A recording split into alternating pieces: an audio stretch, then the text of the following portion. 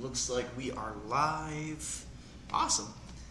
Hi everybody, welcome to another Thursday. My name is Saxon, I'm your camera host. Today is the fourth Thursday of the month, so we are going to be doing the Beyond the Traditional camera class. Let me switch that over. So yeah, for everybody joining for the first time, welcome. As everyone hopefully knows, I'll be running the same schedule next month. We'll talk a little bit about that once we get to the end of class, but to just kind of break it all down for you. Excuse me. We've had 3 other classes prior to today. The first Thursday of the month was our Intro to Camera class. Our second Thursday was the Intermediate class. Third Thursday was Advanced, and now today is Beyond the Traditional. So really what we're trying to get through with all of our different classes is just the way that we think about cameras. In intermediate or in Intro to Cameras, we talk about the very basics, bare bones, and just beginning portions of what it means to take photos and what that is. In the intermediate class, we break down more advanced settings. We talk about how we control the camera manually. We go from taking a snapshot to a photo. And then we also get into more advanced photography the third week by talking about how to edit our photos, ways to take photos, really all of the different things that then kind of solidify and make cameras more personal and expressive and bring our knowledge from just the novice to the more advanced. Now obviously there's always more and more that we can learn, and when it comes to our cameras there's so much that we can dissect and try to jump into that's just incredible. However, though, today we're going to get away from our traditional cameras. We're done with talking about mirrorless point-and-shoot DSLRs. We're not talking about settings and controls. What we're really trying to talk about today is everything beyond that. As a photographer, we have or a videographer even too, we have a wide variety of different products that we can get. And there's so many things on the market right now. But the question really comes down to why do we buy this and why do we need it? And why should we even consider maybe getting some of this stuff? So, to kind of break it all down a little bit further, why go past or advance past our traditional camera? So there's a lot of different reasons, but I think that these 5 little things kind of sum up for why. So portability and travel I think is a huge first part. Most of these cameras are tiny, they're small, they travel really easily and well. They're extremely durable. You can beat them up, you can take them out with you, you can take them in water, which gives them good waterproof ratings. They have fantastic recording time. For people who are doing video, it's very important that they can shoot video uninterrupted for 30 plus minutes, and with these you can. On top of that too, they also, some have the ability to fly over great distances to record as well too. Products like drones are going to be a big topic of this discussion, and while it might be a little difficult to get our hands on one, if you can get one nowadays in today's climate, they're fantastic and great to use, and I highly recommend using drones. As a whole though, cameras are extremely versatile, they're durable, there's a lot of different applications that we can have to it. So for those of you who have a point and shoot, a DSLR, a mirrorless camera, and you love it, you might want to look into expanding your collection and your arsenal of camera equipment to include some of the following pieces that we're going to talk about. Really what we're trying to get through today is just why we would want to get some of these products, what they're good for, what you should know before buying them, and if you already do own them, maybe just a little bit of an understanding of how exactly they work via the buttons that are there. First things first, like our intro to cameras, we have a first topic that we should probably talk about, and that is SD cards.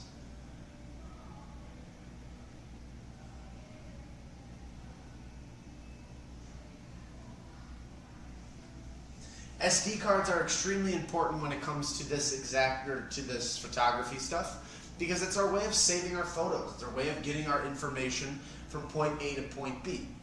I look at memory cards and I think of the storage size and the speed. Those are the first couple things that come to my mind, and I always remember to carry 2 of them with me when I go places. So reason being is an SD card first and foremost has the ability of saving our images. Up to about, depending on what we're using, a couple thousand to 10, 20, 30, 40,000 photos can be saved on those SD cards. When it comes to the SD cards themselves, they do have some information written on there that I think is very important for users, and that's the megabytes. That's the per second of which they transfer images.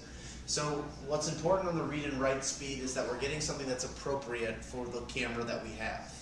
If we have an entry level mid camera, something that's not necessarily the most powerful, but it's a starting point, we don't necessarily need to invest in a extremely fast speed gigabyte or SD card. But we should make sure that we have the correct storage space for what it is that we're trying to do. So I think that's important. Having 2 memory cards though also is an important factor because there are tiny copper contact strips in the very back of the card. When inserting that in and out of a camera or a computer, they can get worn, and after a period of time our SD card might no longer load. So it's important that if we go out and start taking photos, video, that we have the ability to possibly put another card in there in case something doesn't work or we need to then have a backup for that.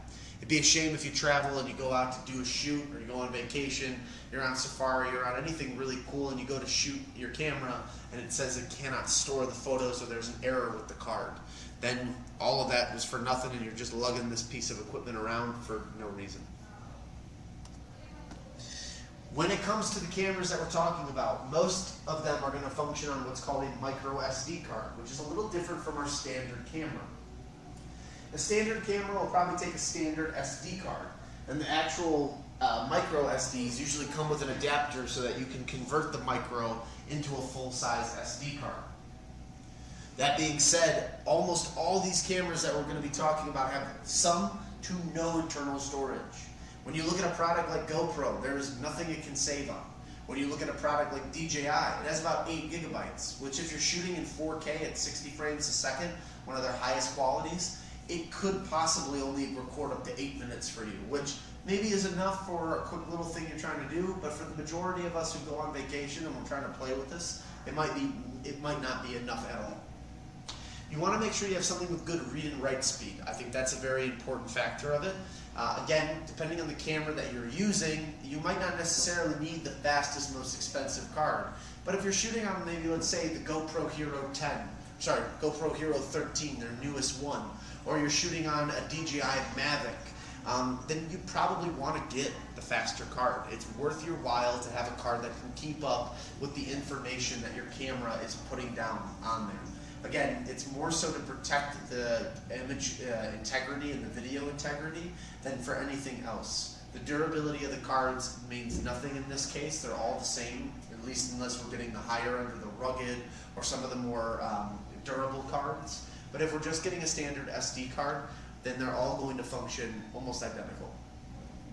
64 gigabytes is a good minimum to have. Anything higher is going to be better for this. However, at least 64 gigabytes is going to give us enough space to store all of our images and videos without having to worry about things falling off or not having enough. So start at 64. If you don't think that's enough, 128, 256, 512, and even the giant 1 terabyte exists. However, I do not think you need a 1 terabyte, and I probably would not recommend it in this gigabyte size. 256 is usually the highest I go. Before then, I just swap in another card if I need to. Now, I always like to stress this in all cases. Your picture should never live on your memory card. It's a big thing.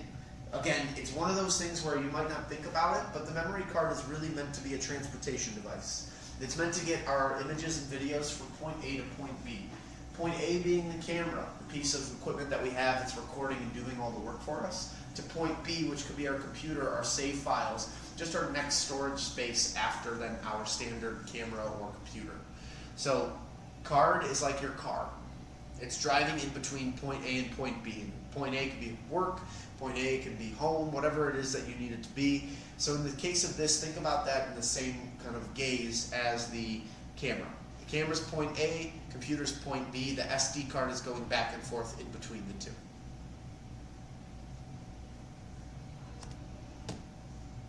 When it comes to making sure you don't lose your pictures or damage your card in between these transfers or downloads, first things first, land the drone or turn the camera off. That's the first and most important part. You want to then wait at least 5 seconds. This gives a chance for everything to power down, cool off, and to make sure that files are saved properly on the card without it getting lost or damaged. I always recommend to remove the card and place that into the card reader. The best practice is to remove the card. Try to avoid using the camera and send pics to and from. A lot of people will just plug the camera unit in via cable or plug the drone in, and you can do that. There's really nothing wrong with it. However, things can go wrong that way a little bit more easily than they can if you remove the card. If the drone becomes unplugged or the camera becomes unplugged, you have a chance of losing your images. If you are using it at a computer, let's say you're sitting down with water, maybe a glass of wine, something to relax after you just did all this work, and you spill all of that, not only will you damage the computer, but now you'll damage the camera and the device, as well too as the save files and everything else. So best practice, remove that card, place it into a reader, and try to send the pictures that way. There are apps that you can download for your camera to transfer as well too. Those are great. They might diminish the photo quality slightly while you try to transfer, but they are there and available to use at any point in time.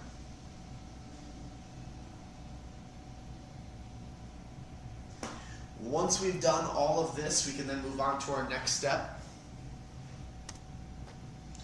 Using a good card reader, this is actually, I forgot that this slide was in here, my apologies. This is something I would recommend. Buy a card reader, they're not expensive, they're pretty easy to carry around and travel with too, so it's really not that hard to use one of these guys, but I do recommend it for sure. Depending on your use and your need, there's tons of different card readers out there that can do higher end cards, but that then also can act as hubs to charge devices or to do other work.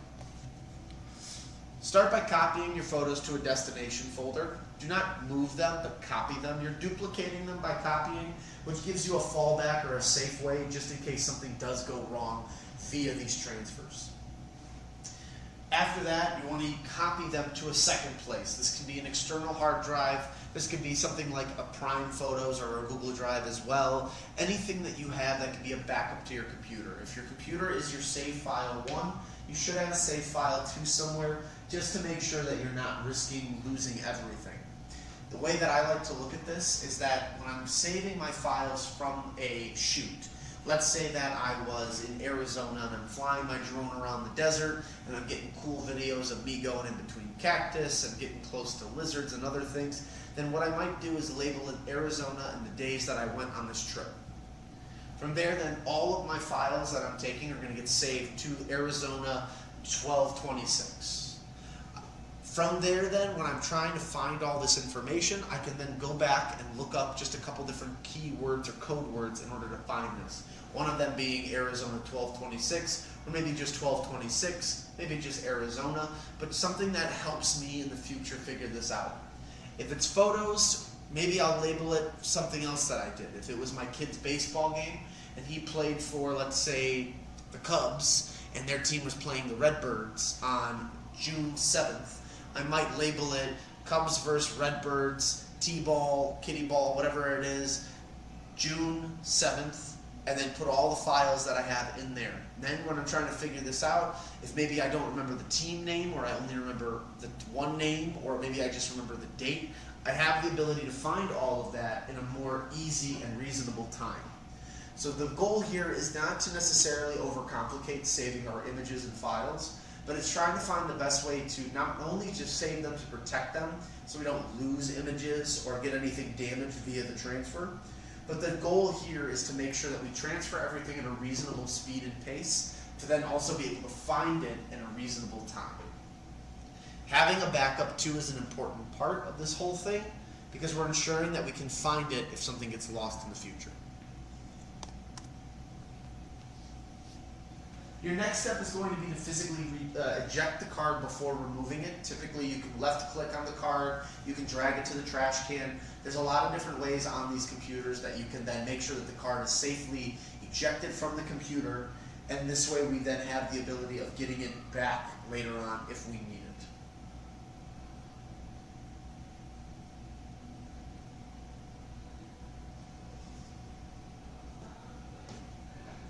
Format the card in the camera after we're done, and then don't erase it in the reader if possible. This is just a note that I have in there. Formatting the card in the camera will set the card up so that it's perfectly set and ready to go for that camera you're using. It optimizes the photo storage and files so that way you get the most out of the card you're using. Is it necessary? Not really. It's not. If you are, and I've talked with many different photographers, I've talked with different programmers of these products, And they've all said the same thing. It's a great habit to do, and will it benefit you? Absolutely. But will it detrimentally destroy your camera? Will it not help the photos? Will it do something that doesn't give you the best end result? Not necessarily. So again, if you forget to do it, some people, they get a little worried, they're nervous, or again, they get upset with themselves. Don't worry about it. You can always do it the next time you're done shooting, but just keep in mind that you want to format the card in the camera if you can, and try not erasing it in the reader, because by formatting a card in the camera, you automatically delete everything that's on the card already.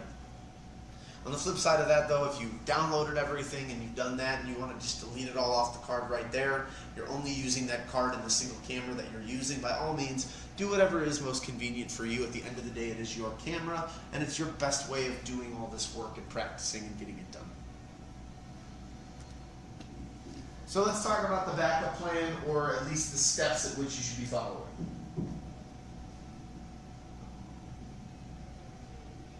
We start with our SD card. That's what's saving all our information. That's what's giving us all the best ways of saving our stuff.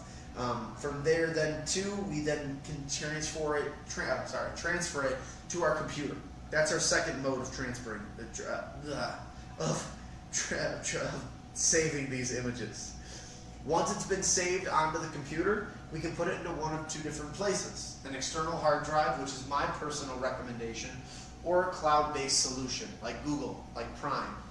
What I would say is, if you haven't, try a cloud-based solution. It's a really great way of saving our images and files without needing to have one computer that it's located at. Things like Google Drive are fantastic. It comes free with your Gmail. You get a certain amount of storage. You've got OneDrive, so if you're an Outlook user for work emails or for whatever it is you're doing, you have the OneDrive access on there too. And then Adobe Creative Cloud, lastly. If you're interested in photo editing or going through the process of changing a video or being more creative on that flip side of things that we talked about in the advanced class, the Creative Cloud might be a great option, because that also offers you storage space as well too. I personally like the hard drives. I'm a tangible item guy, so having a hard drive that I can hold in my hand and I always have access to at my home computer is what I personally like myself. However, whatever you are more interested in is what the route you should be going in. So now let's go through a tour of your device. Let's talk a little bit about the different devices that we are looking at here, and then we'll go from there.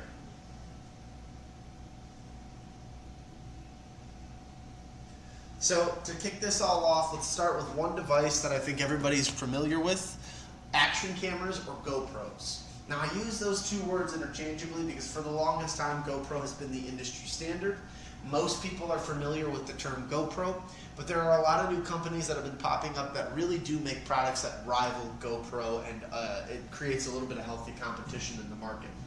However, GoPro is still probably the #1 action camera that sells, in the States at least. With a GoPro, there are two buttons and a screen. The top button is the capture button, which takes a photo or starts and stops our video. The power button is also there. By holding this button down, you will power on and off the unit. You can also toggle between the time-lapse photo and video. Your screen is everything.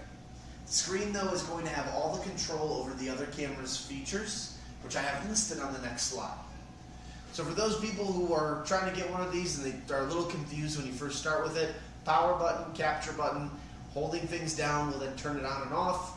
Clicking it will toggle between the different features that it has. The red button on the top is your capture button, and that starts and stops the video or takes the picture. The screen, though, then has these controls.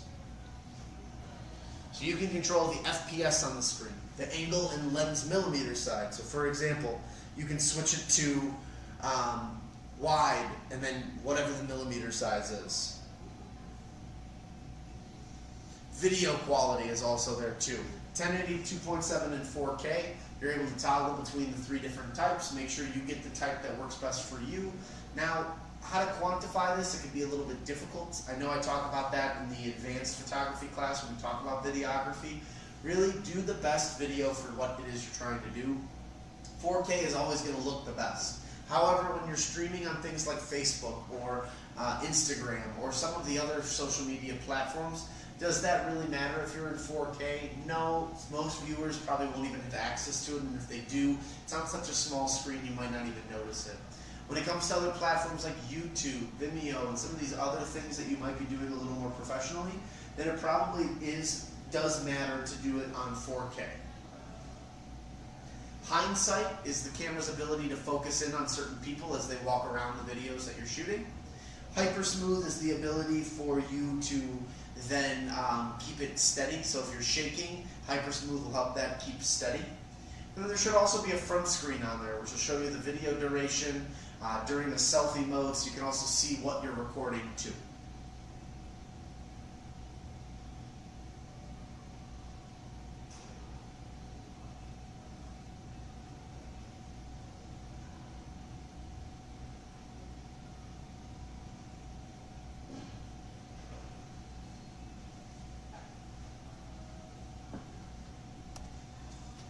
The different modes that you have on there, they're pretty self-explanatory, but to break those down a little further, photo allows you to capture stills and frames rather than take videos. Time-lapse, the video will record over a duration of time, anywhere from 30 minutes to 3 hours, then it'll play it back within seconds or minutes. It's a really cool feature if you want to get a sunset, or you want to get traffic driving on a busy street, or maybe you're doing a work around the house and you're tiling your floor, building something. You can set it up so that the camera records you for a very long duration of time, and then it'll play all of that back in a very, very quick time. Video is also available, just standard video. You can record for whatever duration you want, with whatever qualities you want to, like features, like with features like Hypersmooth or Hindsight that are then ready to go.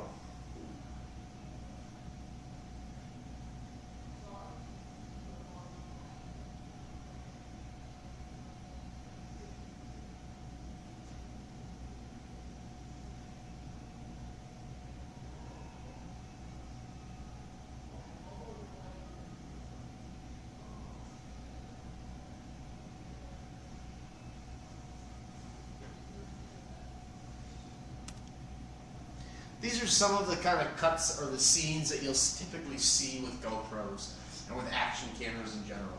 And I think it's really cool, right? You have a camera that's extremely durable, that can shoot high quality video or photo, and you can really put it through the ringer and be as rough on the product as you'd like. You got the surfer who's going through a little tunnel there. At the end of it, he gets smacked by a wave. You got the dirt biker who's going through, and he is about to fall over, but the camera stays on, gets some mud on it, but it's still good to go and it's still focused.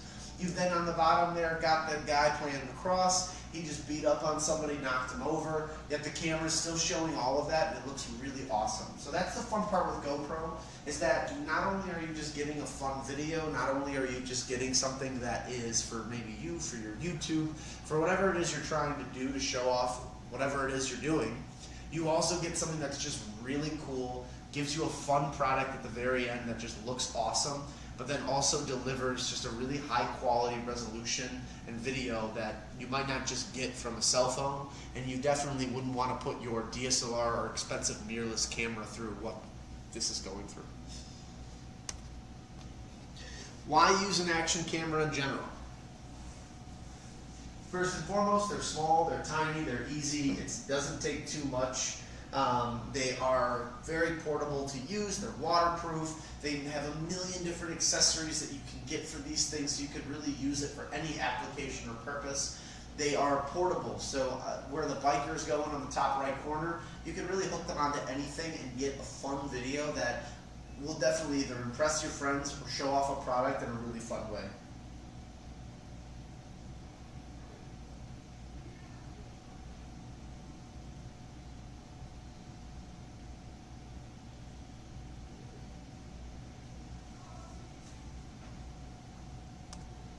Drones. There's a lot of controversy with drones. More recently, the US government is now not allowing them to come into the United States. But it is one of those things that if you already own a drone and you have one, don't worry, because you're still able to use it completely normal. There's no restriction on it. Everything's fine with using your drone currently. As far as getting new products, it's going to be a little difficult for a while. There isn't a date or a kind of an end time in sight. However, though, whatever is still available in stock, you should be able to get them and pick them up. Just keep that in mind. There are many different types of drones and styles. The main one we're talking about, and what you can see from this image here, are quadcopters, meaning they have 4 blades. So different drone types you're going to see out there. Single rotor, looks like a typical helicopter.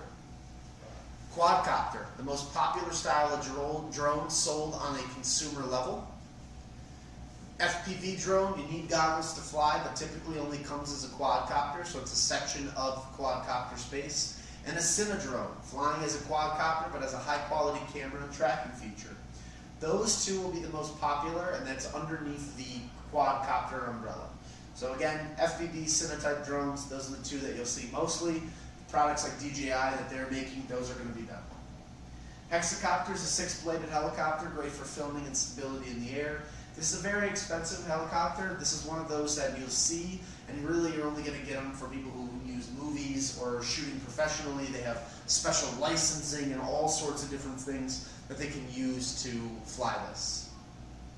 And lastly, a fixed wing rotor, more of a plane experience, great for people who want less of a copter experience and more of a plane type experience.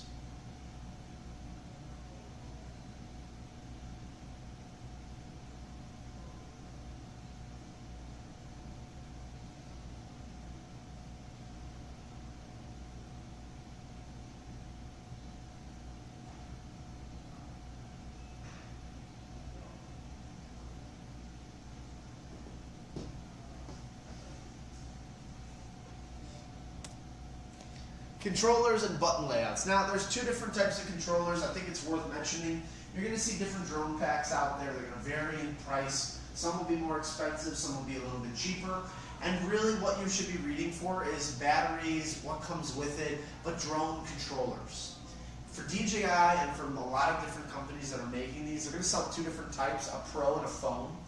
Pro controller typically will have a screen of some sort. Everything's built in, you don't need any extra pieces with it, and it's really nice because you can just start flying, immediately see everything through the controller. You don't have to utilize your phone, which is nice, and it's all together, all in one kind of package and product. The RC controller that doesn't have the built-in screen, that's going to be a little more difficult. With that one, you got to plug your phone into it. You're using the phone via an app that it has, and it's going to use the phone power and juice. The nice part is that the controller doesn't really connect through a cable. It connects via Wi-Fi or Bluetooth to the controller. However, there's a cable attachment that comes from that controller to charge your phone at the same time. So it's not a bad system. However, it might not be as convenient as the Pro controller that has the built-in screen, so keep that in mind. The drone will require some form of screen to be used when flying. DJI, for example, will have you connect your phone to the controller. Other Pro controllers will have a screen built in, and that'll show you everything on the screen.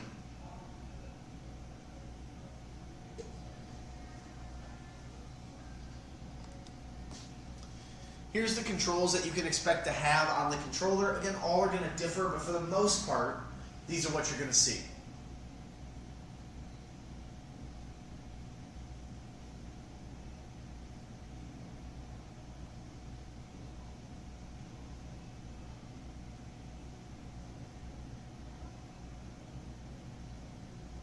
So the control sticks. One joystick will control your up and down movement as well as rotation. The other will control front/backwards and side-to-side movement. Antennas, you point them outwards. These are the connection point between the drone and the controller. Gimbal dial is going to have rotational control over the camera, the drone's camera. A record button, clicking will record or take a photo. Focus and shutter, this will give you the refocus ability on what you're filming or shooting, or it will give you control over the shutter speed. And then the RTH button, the return to home. This gives you the ability to send the drone back to the place it took off from. You should not be using that feature on a moving object. The reason being is that the return to home comes back to where it took off from. So, that being said, if you are on a boat, which this has happened, and I've had this numerous times, which still makes me kind of laugh, but I also feel bad. If you're on a boat, you take off, you're riding around your lake, you're going around the playpen here in Chicago, you're doing something fun with it, but you're on a moving object and you click the return to home, it's going to go back to where it took off from, or as close to it as it can get based on the range. That being said, if you hit the return to home and it goes back to where you took off from and you are no longer there, or you are now, further out in the water, it's going to attempt to land in the water. Now, typically the drone sensors will pick up that it's a moving object or not stable enough to land. However, if you get close enough to water, a wave or something hits it, all it needs to do is stop the propellers from moving. That's going to then just tumble right into the water.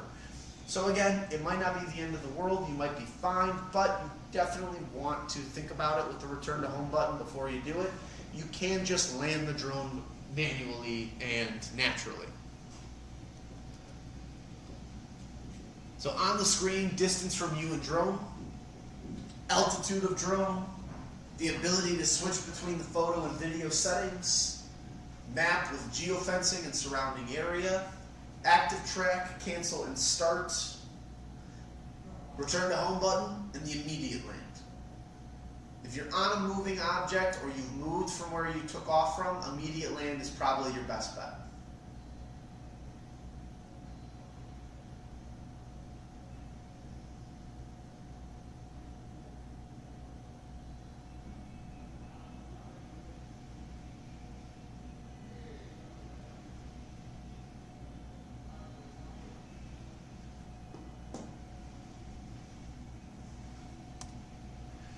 Things you should understand about it. Now, this gets more into the not political side, but the more requirements to law and what you need to know. The FAA, the Federal Aviation Association, is who mandates and monitors these drones. So that being said, if you've got one of these bad boys, it just means that it's not regulated by your local government authority. It's regulated by the federal government.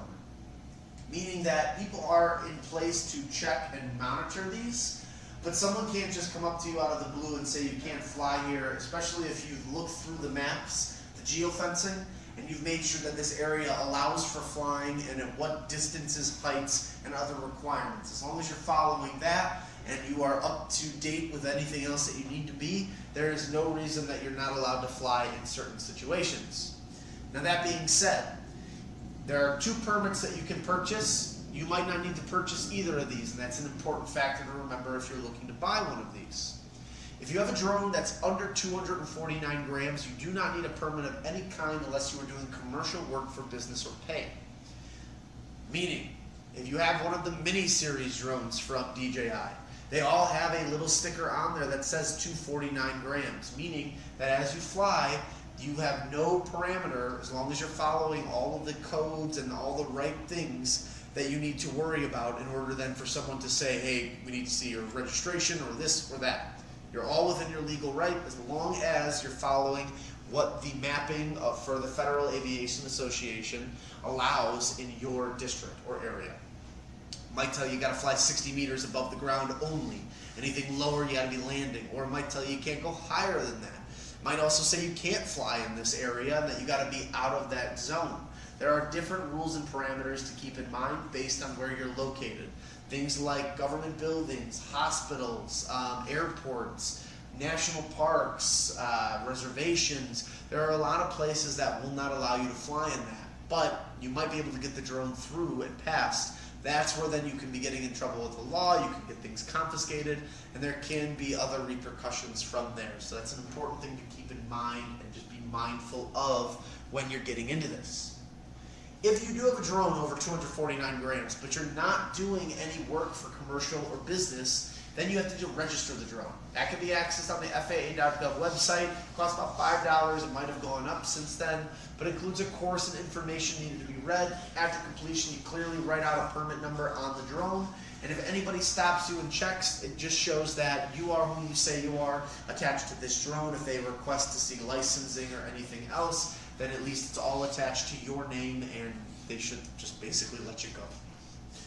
Part 107 is the big one though. So if you are someone who is flying and you are requesting money for business or for work, or as all of my drone instructors and people that I've talked to have told me, if you are doing this work for anything but yourself, you should get the Part 107.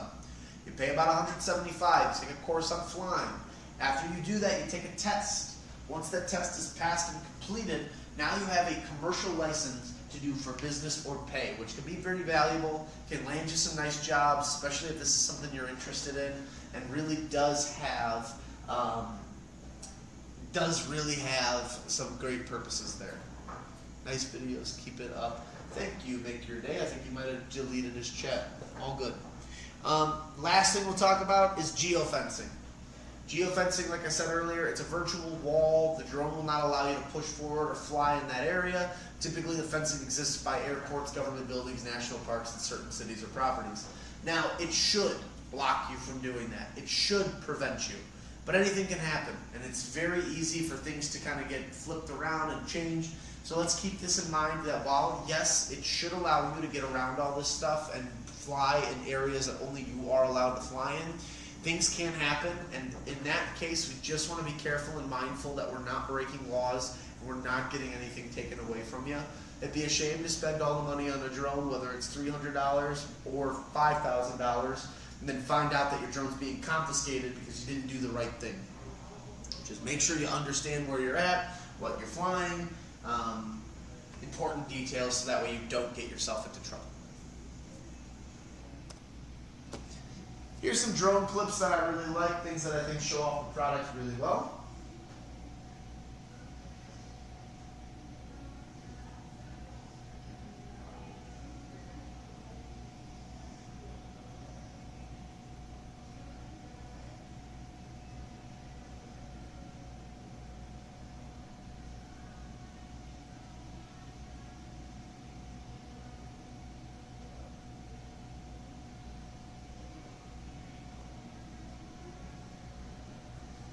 Now, with these kind of things, it's important to think about this. With a drone, they're very fun, they're really cool, they are powerful products, they do a lot of fun work.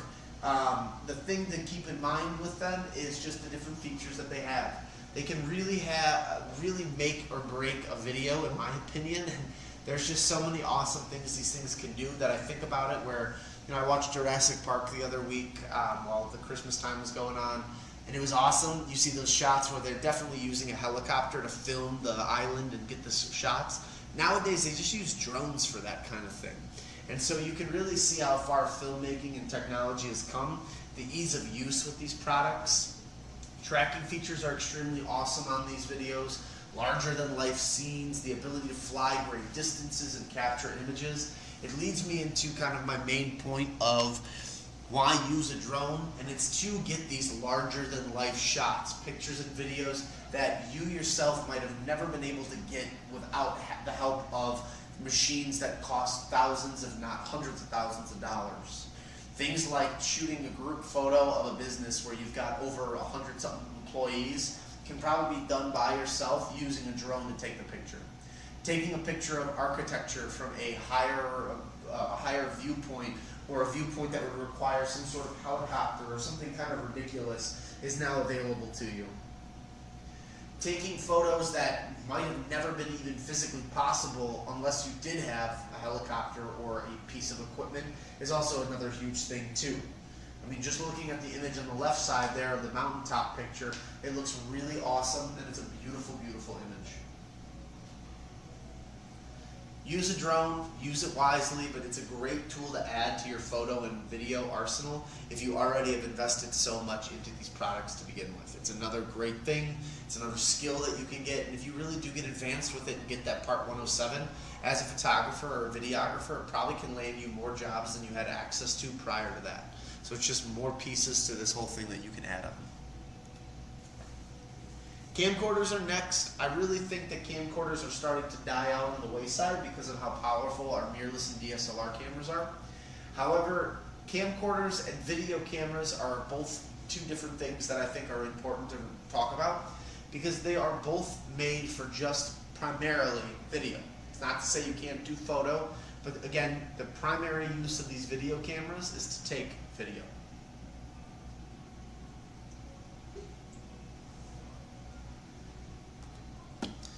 Certain controls that you're going to have on this camera. Power button, record button, zoom toggle, photo button, focus knob or dial, iris or aperture control, shutter speed, white balance, and playback controls.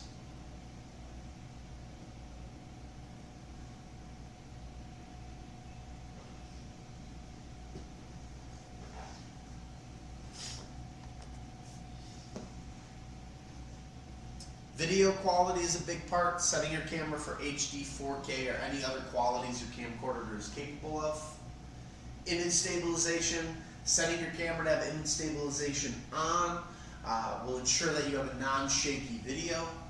Face detection is also big on this. Most camcorders will have an auto face detection, which depending on what you're filming can help keep humans or faces in focus. Frame rate, at the rate at which you're capturing frames for your video. Lesser rate, better for simple or standard videos. Faster rates are better for action, sports, or slow motion. Bit rate, setting this helps your camera take in information. The higher the bit rate, the more info your camera is taking in, which really just comes down to your editing features at the end. If you've ever heard about 32-bit or 8-bit or 16-bit, that's what they're referring to. And when you have things that are that high, not only will it take up more storage space, but when you edit, you really can do now color correction and coding, which is a huge asset in video making because of the power and just what you have the availability to do. And then exposure control controls the darkness or lightness of your photo and video, or of your video, and it's just a really nice way of making sure you don't have something too dark or too light. Again, not too much to talk about with camcorders because again, most of this stuff we already covered in the last couple videos when it came to videography. But why use camcorders or video cameras? It's just really if you don't want to focus on the video or photo. If you're someone who's interested in taking video, but you really want to make sure that you're getting something that is a premium experience, something that gives you, the videographer, the control over the video, then I think that's the way to go. If you're looking at camcorders in general, they're small, they're portable, they usually have grips to hold for your hand to make it easy. They're cinematic and they're easy to run and gun with.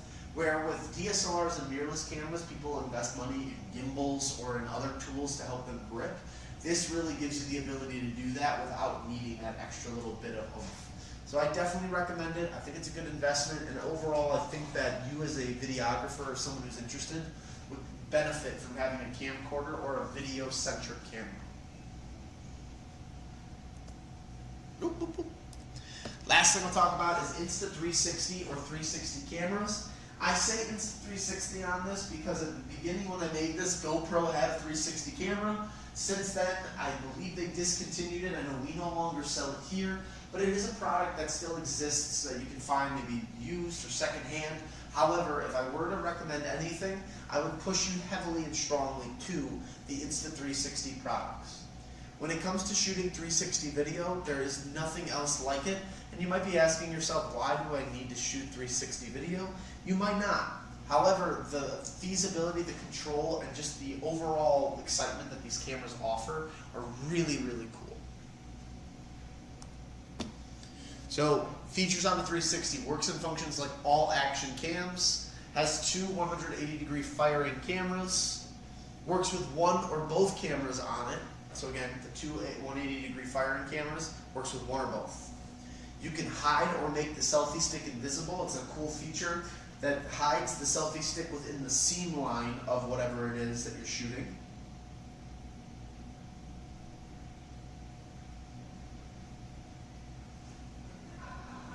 Creates a third-person view unlike other cameras. Videos can be viewed with a VR headset. It's small, compact, and durable. So again, very cool product, fun to use, takes very interesting videos. The customization is what I really like on this product. So the app, or just the company in general, likes to say, shoot first, think later. You can truly shoot first and then customize where the viewpoints are on your video, edit things through the app, and you can even do it on the desktop too, all with the same product. So it's very easy to use, very controllable, easy, and overall it delivers a great experience to the user for getting exactly what you want out of your video.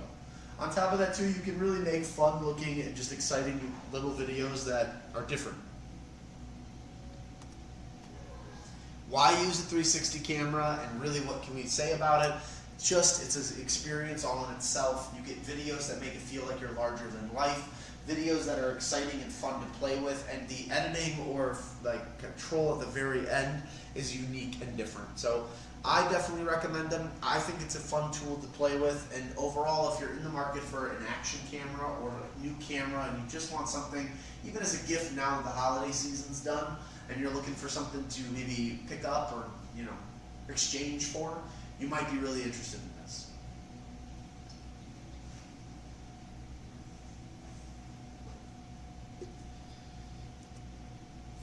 And that's all I have for you guys. I want to thank everybody so much for being here for the last 4 weeks. Everybody who's been enjoying the class, reaching out, emailing, calling me, talking to me about cameras in any way, shape, and form they see fit. You've really made 2024 a fun year for me when it comes to being a photographer and when it comes to being an educator in photography and camera lessons. So thank you for being here for that. Thanks for talking to me over this time, and thanks for just being a customer or someone who's seeking knowledge here at Apt Electronics. It means the world to myself, my colleagues, and everybody else who's involved in the store's progression.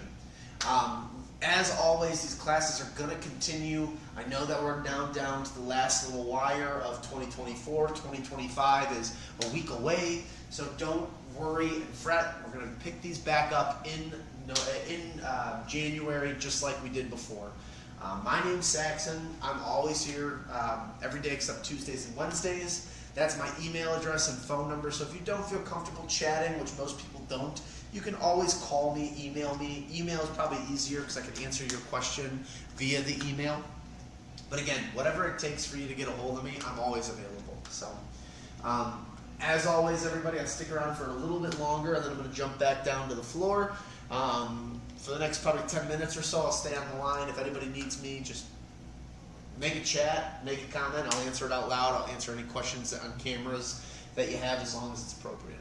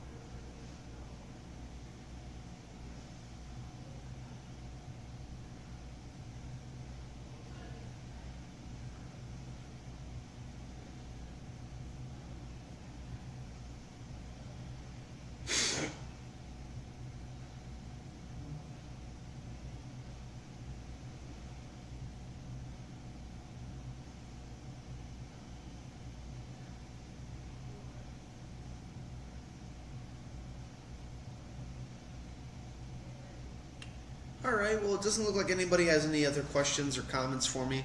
So I'm available. I'll be around. If anything comes up, please let me know. Then I can take care of you from there. Other than that, I'm around. And yeah, that's all I really got for you guys. Have a great night. Be safe. Happy New Year. As always, keep taking pictures. It is getting an exciting time of year. I'm hoping that you guys played with your cameras for the holidays with your relatives. But now that New Year's is upon us, please take photos and yeah, be safe this holiday season. Yeah, that's all I got for you guys. Take care. Merry, I was going to say Merry Christmas, but that's all done. Happy holidays and a Happy New Year to everybody. Be safe, and I will see everybody in 2025 on January 2nd.